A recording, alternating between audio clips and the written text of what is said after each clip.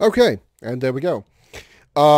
Once the this particular episode isn't going to be over after the credits end, and if there's usually like a post video afterwards or whatever. Um, there are some videos that I cut out of Birth by Sleep and Fragmentary Passage that directly referenced events in this game that would have been spoilers. So I cut those out of that series. I'm going to include them here in this video here, just so you kind of you can see those videos, so you can see those cutscenes, and so you can it kind of so it'll make sense. Um, so just kind of when you see these FMVs, these cutscenes later, and I'll point them out to you in the video when they get there. But those are the cutscenes that I cut out of Birth by Sleep or Fragmentary Passage to avoid spoilers in in that game. Uh, but as far as this game goes, I'm going to do my review now. Um, it was a decent game. It was a as far as the spin-off games go, it was let's see. Spin-off games have been Birth by Sleep, Fragmentary Passage, Chain of Memories, and yeah, and this one, yeah, okay. Of the spin-off games that I played, of course, like Recoded and 358 in 2 days, I never played. But of the spin-off games that I played, not the main numbered stories, this is probably, I would say, second best, right behind Birth by Sleep. I think Birth by Sleep is actually the best of the off. Well, okay. Actually, I think the best one is probably Birth by Sleep Fragmentary Passage, in my opinion. And most of my opinion, the reason I make that opinion is because of the visuals in Fragmentary Passage. It looks, it's based on, it's run on the Unreal Engine that made it look incredibly good. So that scored it a lot of points in my opinion. So that's why I think Fragmentary Passage is the best. But right behind it would have to be Birth by Sleep and then this game. I don't think this one was as good as Birth by Sleep in my opinion. Um, although I do have to give, although that's comparing it to other games. As far as a review on the game itself, on just its own merits, I would say that the game does look good. It does look like a Kingdom Hearts game should. There wasn't any. There wasn't a whole lot of changes in the way anything was designed, the way anything looked. Everything looked and played the way you expected. Of course, they changed the outfits of the main characters because they do in pretty much every Kingdom Hearts game. Sora and Riku look different in one than they do in two. Um, I can say this without much spoiler. Sora looks different in three than he does in two and one and two. Um, that'll probably be the only time I mention Kingdom Hearts 3 at this point, because obviously I haven't shown Kingdom Hearts 3 yet. Um, it looked like a Kingdom Hearts game. Very much enjoyed it. Let's see. I'm trying to remember all the things I wanted. I'm also looking for something particular here. I want to make sure I was correct on Answer the Wise. Okay, it was Corey Burton. Was not. I was pretty sure it wasn't Christopher Lee, but just for a slight second there, I had a bit of hesitation. I was like, wait a minute, are we sure? And then, it confirmed it there. I was like 99% sure that it wasn't Christopher Lee. I just didn't. I had a 1% doubt there. But okay. But anyway. Um, it felt and looked and played like a Kingdom Hearts game. I liked the fact that you didn't have, or I should say it like this. I liked the fact that you were able to choose your own party members, essentially, by being able to bring in the enemies of the game. So it kind of mixed a little bit of Chrono Trigger. No, there's no Chrono Trigger involved here. There was some time, there were time things involved, but it has nothing to do with Chrono Trigger. Um, the Kingdom Hearts it was a mix of Kingdom Hearts and Pokemon in the fact that you didn't necessarily have to catch the enemies, but you could actually use the enemies to your advantage. So you could create the Dream Eaters as spirits, and the spirits would join you in battle. And the battles actually, you got some battle mechanics that changed a little bit depending on which ones you had the party. Like if you had some that boosted your magic stat a lot, you would get a lot of magic. You do a lot of magic damage, or depending on what you put in your party, you could have a lot of strength boosts, or HP boosts, or defense boosts. And what those are the ones that I relied on were the strength boosts and defense boosts.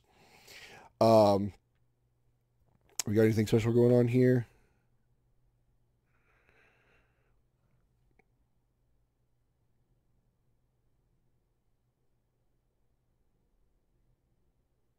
Oh, okay. We got a. What's this? Oh, okay. You gotta get all the like bonus letters and stuff. Okay, I'm not gonna bother to. I don't. Well, I guess I can keep going while I'm. I can do this and talk at the same time, fortunately. So, uh, M. There it is. Okay. Um,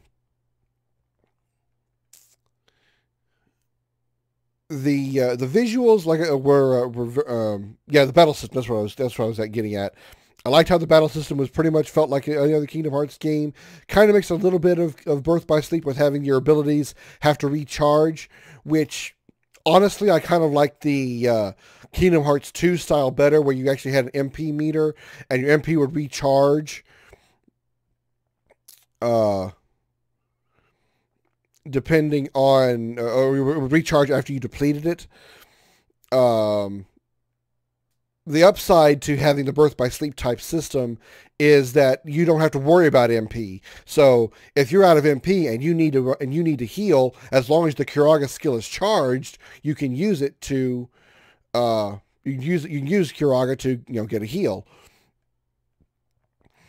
Um,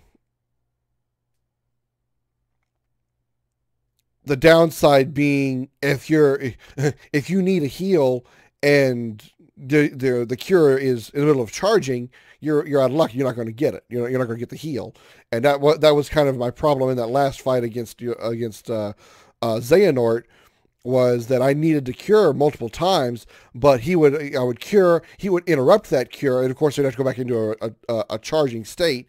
There was another upside to having your Kiraga based on MP is if you have Kiraga,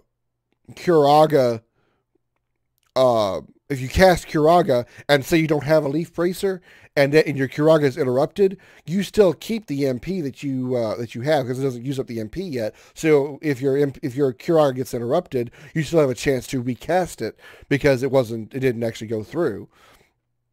Whereas if you cast Kiraga here and it gets interrupted, your Kiraga has to recharge before you can use it. And that's just, it becomes a big pain in the ass. I didn't miss that C. What the fuck? I'm not going to get the secret message now because I missed that. It says I missed that C. I didn't miss the C. God damn it. Oh well. Anyway.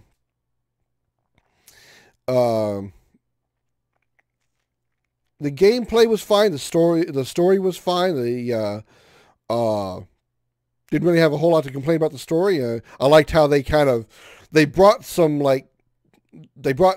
a time mechanic into the story, but they kind of made it make sense to where it wasn't like you have to worry about actually traveling through time. See, I did not miss that fucking scene. Fuck you, game. Fuck you. God damn it. I did not miss that fucking C. Anyway. I didn't have any problem with the story. The story made sense. I like how they introduced a time mechanic to the story, but they didn't make it an integral part of the game. Like you didn't have to literally travel back through time to do something or travel forward through time to do something, which I don't have a problem with time-based stories. I really don't, as long as they're told in a way that makes sense. Chrono Trigger, for example, made sense. But anyway, that's another story. They included it, but it wasn't an integral part of the story. They just simply said the reason that you would see like we explained, Sora was doing something in his world, and suddenly something would happen that Riku did, and that affected what happened in Sora's world.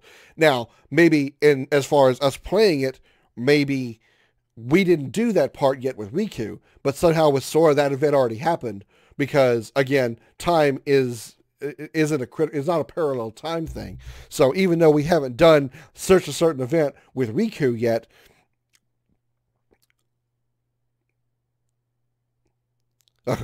She vanished. Because we haven't done a certain event with Riku yet, it happened with Sora. It happened in Sora's timeline anyway. Because when we go back to Riku, Riku does that eventually anyway. So I was okay with that.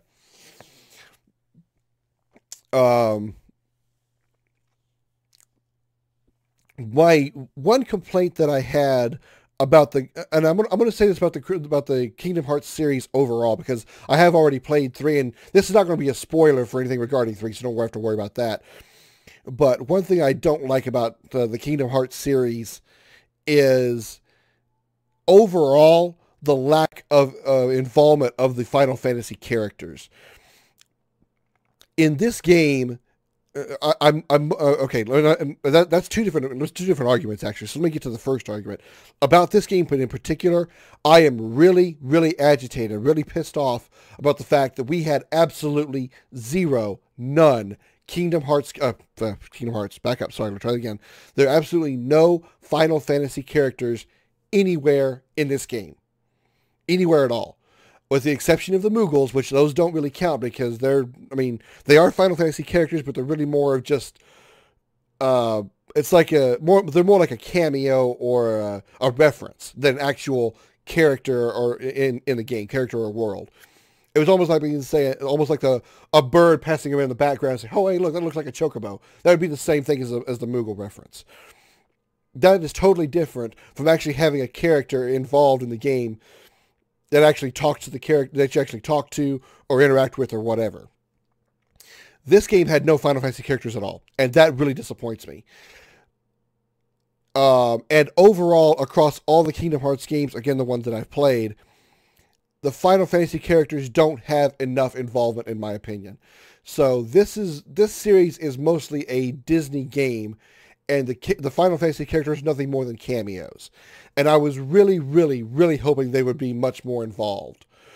I said this in my Kingdom Hearts 1 review, that when first time I played Kingdom Hearts 1 and saw the brown-robed figure, which we found out was Ansem later, obviously, I actually thought that was going to be Sephiroth, because that's how big I had hoped involvement of the Final Fantasy characters were in this game. I thought it was going to be the only comparison I could really give is something along the lines of Mortal Kombat versus DC or Marvel versus Capcom Infinite. I know those are fighting games. This is an RPG, but as far as storyline goes, that's what I was kind of expecting and kind of hoping for. That the Disney characters and the Final Fantasy characters were going to kind of merge worlds, essentially, and become truly involved with each other in a very, very big and major way. Like the way that the Mortal Kombat and the DC characters got involved in their story, and the Capcom and Marvel characters got involved in their story, where they were both sides, both worlds both franchises were a critical part of the story. Whereas in this game, it was pretty much all just Kingdom Hearts characters and Disney characters being the critical parts of the story, with occasional cameos from Final Fantasy characters. And I really wish they'd utilized the Final Fantasy characters more. I really wish there had been some worlds we could have gone and visited that involved the Final Fantasy characters having to deal with the Heartless. And again, not in just this game, but overall. We got something else going on here?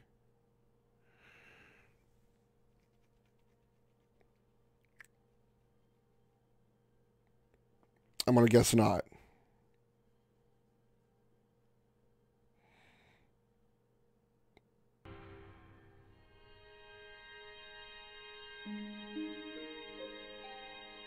Okay, there it is. Kingdom Hearts Dream Drop Distance. Probably going to go the end screen telling me my stats. Is probably going to happen next here. Oh, what we got here?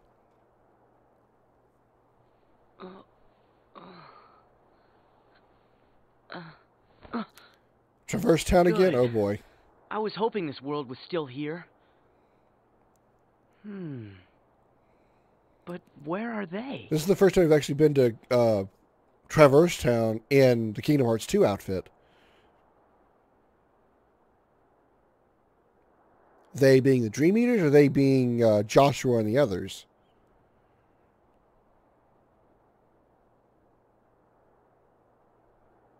Joshua, Neku, and all them.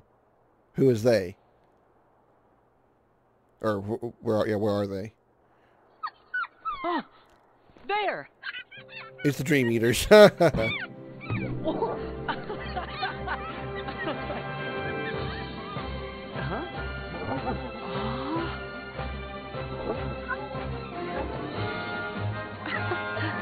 I didn't make that one.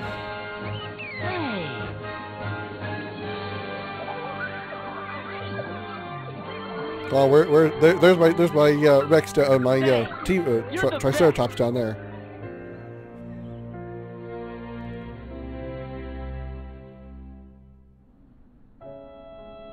Oh, look at there, Castle Oblivion. What are we doing? Why are we looking at this?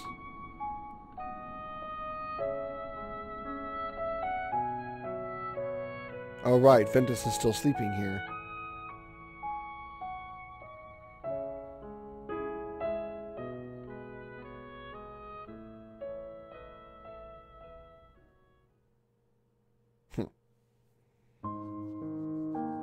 Okay, interesting. Most used command strike rate 470 times. Yeah, you think? Report complete 57%. Enemies defeated 2013.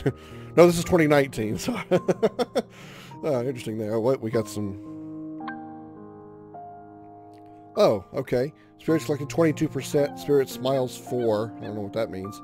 Most used link blade charge. Best spirit friend pickle main. Water barrel 13 times. Okay, so alright, that's what that is. Okay. Alright. I really wish the Final Fantasy characters had been involved more and there were some Final Fantasy worlds involved in it. Now, I will give this compliment about the Final Fantasy stuff. Kingdom Hearts 2 did the best at having the involvement of the Final Fantasy characters. Not only did you have a lot more involvement from just interacting with the ones that you met in Kingdom Hearts 1, that being Squall / Leon, Yuffie, Aeris, Cid, in Hollow Bastion / Radiant Garden, but in Kingdom Hearts 2, you actually get to fight alongside them in the when the Heartless attack Hollow Bastion, and that was cool. That was really fun. That's we get around to the 1,000 Heartless challenge. That whole thing, that was a whole lot of fun. To be fighting alongside the Final Fantasy characters there. So, and then of course, later on having Yuna, Riku, and Pain help in that fight as well. You get to see them. And then of course it was absolutely awesome to actually have a Final Fantasy character as a party member in Olympus Coliseum at Auron in Kingdom Hearts 2. That was really good. So as much as I complain about the Final Fantasy characters' lack of involvement, I still think they could have done more, but Kingdom Hearts 2 did a really good job of having them in there. So overall, across the series, I wish the Final Fantasy characters had done more, but that means it narrows it down to the fact that this game and this entire series is pretty much just a Disney game. It's a Disney series of games, because the vast majority of characters and worlds that you go to are all Disney based. And as far as this game goes, that is no exception. I do want to say one thing about the worlds, though. I can't say for sure about how the story fit in to the Kingdom Hearts stuff. In Kingdom Hearts 2, or let me put it like this. Let me go in order. Kingdom Hearts 1, the worlds that you visited, pretty much the Disney worlds there were mostly just cameos. You didn't really get a whole lot of the actual movie's plot in the game. There were a few little exceptions or references here and there, but they were pretty much just you were going to that world and just dealing with the Heartless, not really having to deal with whatever the situation of the world, whatever the conflict or whatever it was of that world had. In Kingdom Hearts 2, you had a little bit more of that. For example, I think I used the example in my review of Kingdom Hearts 2 as well. Halloween Town.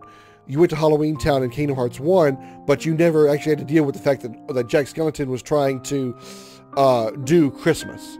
It was just the Heartless being there, and Jack Skellington trying to use those Heartless to improve on his Halloween tradition thing, his Halloween show, festival, whatever. In Kingdom Hearts 2, we actually had to deal a little bit with Jack trying to do like he did in the movie, and I don't want to use the words take over Halloween Town, or take over Christmas Town, because that's not what he was trying to do, but take over the job of Santa Claus in Christmas Town. Not in like a takeover evil manner, but just do it for him. And that was the story of the movie, and they managed to include and integrate that into the plot of the game. And they did with many of the other worlds, at least the ones that I knew, Lion King, Aladdin, in Kingdom Hearts 2. Unfortunately, I can't say the same for this game, because all the worlds that we visited, I've never actually seen the movies. Hunchback of Notre Dame, I haven't seen that movie. The Musketeers, when Donald, Goofy, and Mickey were all Musketeers, I haven't seen that one. I haven't seen Tron Evolution. Going back to Kingdom Hearts 2, I know of the Tron movie, but I haven't seen it. But I have a feeling that there was a lot of, I just had a feeling there was a lot of storyline from that movie integrated into the game, involving Commander Sark and the MCP and all that. I don't know that much of the story from those movies was involved in here, so unfortunately I can't make a comment on that. If the movies were, I'll make it kind of like I guess you can say this is an afterthought type review, I guess you could say. If I end up watching those movies at some other point later in my life or whatever, and I can tell that the story of the movie was integrated into this game in some way or another, then I'll give you post points in developers for doing that, because I like that better, of being able to take the Kingdom Hearts characters and go to that world and be involved, and not just having to deal with the Heartless, but also the story related around that world, and have to deal with both those conflicts at the same time, instead of like what we did in Kingdom Hearts 1, go to that world and just either deal with the Heartless or deal with some kind of made-up conflict of the movie, instead of the movie's, or made-up conflict of the world, instead of a conflict that the movie was based on. But with the exception of the lack of Final Fantasy characters, this was a good game. This was, I would say, probably, if I had to rate the games, I won't rate Kingdom Hearts 3 yet, because I haven't played it I haven't shown it on the channel yet. But of the games I've played up to this point, I would say the best game of the series is Final Fantasy 2. Why do I keep stuck on the Final Fantasy? Is Kingdom Hearts 2. Kingdom Hearts 2 was the best. Overall. Inclusion of the Final Fantasy characters, storyline, visuals I have to give to Fragmentary Passage. But for every other aspect, every other story, every other, I think if you had to give like a grid or check mark, where to check mark which game is the best in certain categories, with exception of graphics, that'll have to go to Fragmentary Passage. But in every other category, I would have to give it Kingdom Hearts 2 is the best. Followed by, I would say Kingdom Hearts 1 would probably be right after that. And I would say maybe this one right after that one, because the involvement of Xehanort, and by them including all the stuff that happened in Birth by Sleep, and what old Xehanort did with the Birth by Sleep characters, and how even though he kind of failed in the Birth by Sleep events, what Xehanort did, they still ended up kind of working in his favor all the way up to this point in the series, all the way up here to Dream Drop Distance. And I like how they included all that information here in the game as well. Not just in the flashbacks and stuff, but I'm more likely going to assume they're probably in the journal as well, but also in the main story. The worst game of the series is easily going to be Chain of Memories, as you saw the one episode that I released. But I think I've pretty much said all I can say at this point. I hope you guys enjoyed this series of Kingdom Hearts Dream Drop Distance. I hope you guys have enjoyed the entire Kingdom Hearts series up to this point. The next game in this series will be the long-awaited Kingdom Hearts 3. with its Unreal Engine, which looks absolutely unreal. I had to make that joke. I'm sorry, I had to. So, I'll wrap it up here. As always, I'd like to send a special appreciation to the men and women of the United States military, both at home and overseas, as well as police officers and firefighters around the country. Without you guys doing what you do, I would not be free to do this. You guys are the true heroes. Thank you very much. Don't forget to like and subscribe. Check out the links around this video for more of my stuff, including the entire playlist of Kingdom Hearts 1, Kingdom Hearts 2.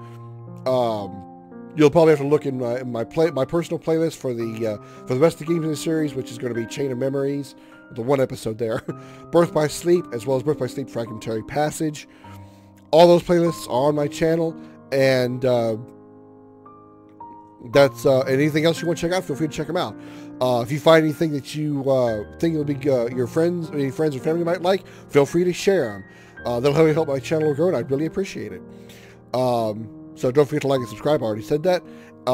And thank you so much for watching. This has been Kingdom Hearts Dream Drop Distance.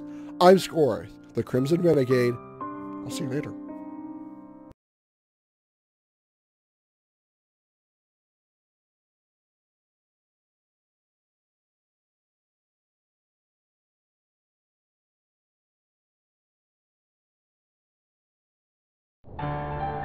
The great battle with Xehanort is almost upon us. As you know, we must take action to keep the 7 pure lights safe, and thus we must hasten to assemble the 7 Guardians of Light. It is time to return to our world the 3 Keyblade wielders we lost over a decade ago. Ventus, Terra, and Aqua must be saved from their sad end, for they have more to achieve. Following their first battle with Xehanort, Ventus's heart refused to awaken, and so Aqua found a safe location to conceal him. But when she set off in search of her other missing friend, Terra, she fell to a place from which there is no return without outside help.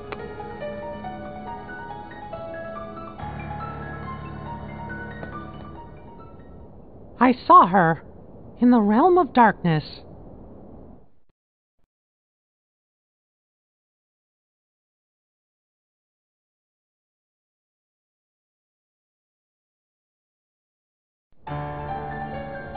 I thought I heard her voice in the distance. She sacrificed herself to save me? Why did you keep it from me for so long? I had to respect her choice. What about us? You could have given us a choice. We could have gone and helped her. I know. Do not be rash, Riku. As Mickey told you clearly in his story, reaching the realm of darkness the first time was not a simple task. And even if we had found a way back in, regrettably none of us possessed the necessary means to get Aqua back out safely. So I forbade Mickey from telling you, let alone going after her. Why keep it secret? That much is obvious. If not you, then certainly Sora would have staged a reckless attempt at rescue. But now we can help Aqua. You and I. We're gonna go find her. Yeah, count me in. Yep. Who's this new Riku, and where's the old one? New me? Yeah. You're more like Sora. Should I be flattered? I tried too hard to be the role model. It's more fun to just listen to my heart. Which is Sora-esque. Well, we still like you. Master, I came here because I wanted to help somehow. What can I do? I have entrusted the wizard Merlin to oversee the training for our new Keyblade wielders, yourself and Lee. Lee? He means Axel. What? He's a regular person now. He even saved Sora for us. You can trust him.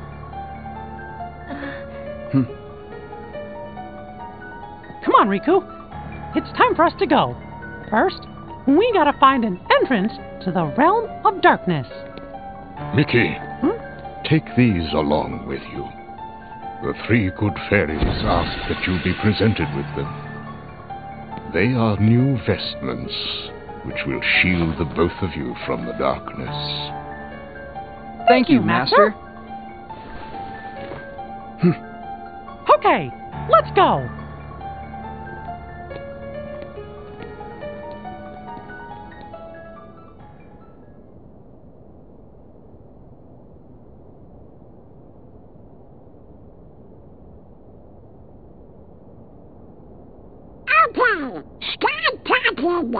You were gone a long time. What were you doing? Secret. I'm back! Huh? What? Just us? The others all had important work to do, so I sent them on their way. That's great. They could have said goodbye. I'm sure you missed them. It is not. I just like to say goodbye to all my friends. Then do it faster. I'm here now, right? We have matters to discuss. What? In order to defeat Xehanort, there are allies we must gather, acting now to rouse them from their slumber. We have discussed this before, Sora. Your Mark of Mastery exam was conducted in the hopes you would acquire the power to wake them. However, the darkness nearly took control of you, and your grasp of your new abilities leaves much to be desired. Furthermore, Xehanort nearly made you his vessel, and in the process stripped you of most of the power you had gained by then. I suspect you have already noticed this, correct? Sora! Whatever. Happens all the time. Yes. Chip and Dale are currently analyzing data that Ansem the Wise provided to Riku, and which could offer us a clue to retrieving our friend's lost hearts. I have very high hopes for this data. However, our greatest chance of stopping Xehanort's plan still lies with you, Sora. If you trust the guidance your heart gives, I know we will find all of the Guardians of Light. But first, you must regain all the strength you have lost. Perhaps it is foolish to expect a complete recovery, but it is absolutely vital you perfect one power, the power of waking, which you failed to master during your exam. There's someone who lost his strength and found it again, a true hero to whom you ought to pay a visit. Perhaps he can point you in the right direction. Got it. Master Lexington. You can count on us to take care of Sora. I would have it no other way. I put Sora in your hands. Donald! Goofy! You can't become a master without us. Huh? I never would have thought you'd fail that exam, Sora. Hey! That's it. You're just a half pint. But the 3 of us together make a whole pint. Pint and a half. And don't forget, we'll keep an eye on you. Oh, this is going to be lots of fun. It's not a vacation. Let's go! Count on us!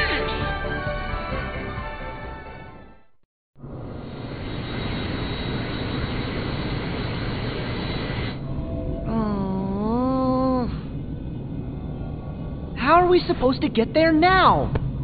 What? I thought you knew. Looks like all the old highways are closed. Didn't Master Yen Sid say that Sora should trust the guidance his heart gives? Come on, Sora. Which way? Hey, would you get serious?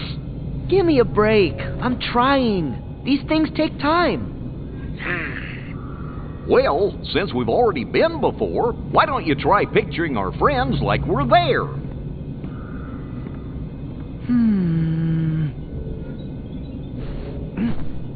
Well?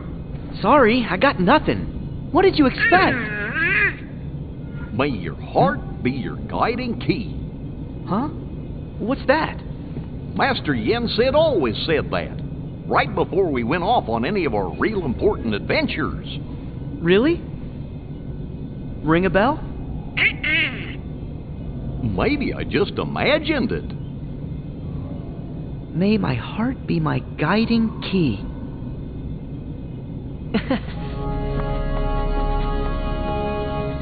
I've got it!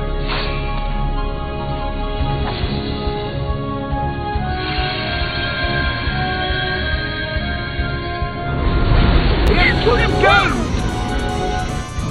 All right! Olympus Coliseum, here we come!